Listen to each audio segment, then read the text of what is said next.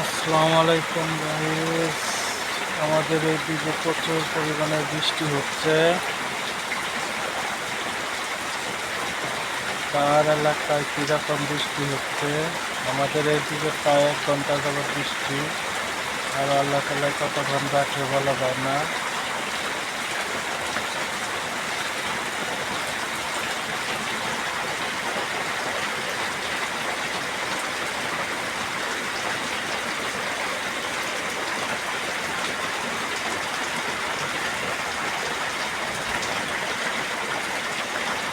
রাস্তা ফাঁকা, লোকজন নাই, নিরিবিলি বৃষ্টি হচ্ছে।